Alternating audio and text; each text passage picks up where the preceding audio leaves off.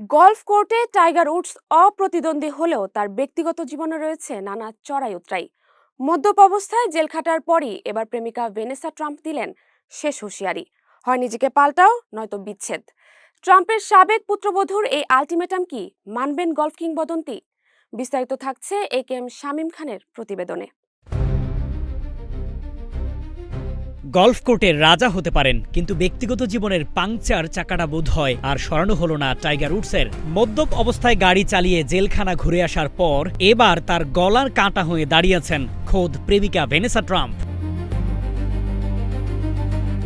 মার্কিন president Donald ট্রাম্পের সাবেক পুত্রবধূ ভেনেসা সাফ জানিয়ে দিয়েছেন উডসকে তার জীবনযাত্রার লাগাম টানতেই হবে।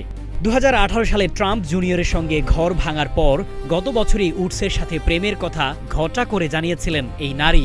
কিন্তু এখন প্রশ্ন হলো, খোদ ট্রাম্পের পছন্দের এই বেস্ট ফ্রেন্ড কি পারবেন নিজের পুরনো অভ্যাস বদলে ভেনেসাকে ধরে রাখতে?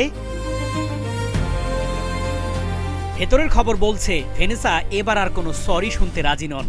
ব্রিটিশ গণমাধ্যম ডেইলি মেইলকে দেয়া এক সাক্ষাৎকারে তাদের ঘনিষ্ঠ সূত্র জানিয়েছে, উডসকে শেষবারের মতো চরম হুঁশিয়ারি দিয়েছেন তিনি। হয় মদ আর অনিয়ন্ত্রিত জীবন ছাড়ো, না হয় সম্পর্কের ইতি টানো, বিকল্প কোনো পথ খোলা নেই। যদিও তাদের সম্পর্কের শুরুটা হয়েছিল গলফ নিয়ে পাগলামি থেকে, কিন্তু 50 বছর বয়সী উডস এখনো কিশোর সুলভ ভুল করে বসছেন, যা ভেনেসার ধৈর্যের বাঁধ ভেঙে দিয়েছে। এদিকে বন্ধুর এমন বিপদে পাশে দাঁড়িয়েছেন খোদ ডোনাল্ড ট্রাম্প। দুর্ঘটনার পর উডসকে অসাধারণ ব্যক্তিত্ব আর কাছের বন্ধু বলে সমবেদনা জানালেও প্রেমিকার মন গলানো তো আর ট্রাম্পের কাজ নয়। উডসকে এখন আয়নার সামনে দাঁড়িয়ে সিদ্ধান্ত নিতে হবে, তিনি কি এখনো সেই বিশৃঙ্খল টাইগারই থাকবেন, নাকি ভেনেসার শর্ত মেনে শান্ত এক জীবন বেছে নেবেন। তাই তো গলফ কোর্টে ফেরা যতটা কঠিন, ভেনেসার বিশ্বাস ফিরে পাওয়া উডসের জন্য এখন তার চেয়েও বড় চ্যালেঞ্জ। একেএম শামীম খান, নাগরিক প্রতিদিন।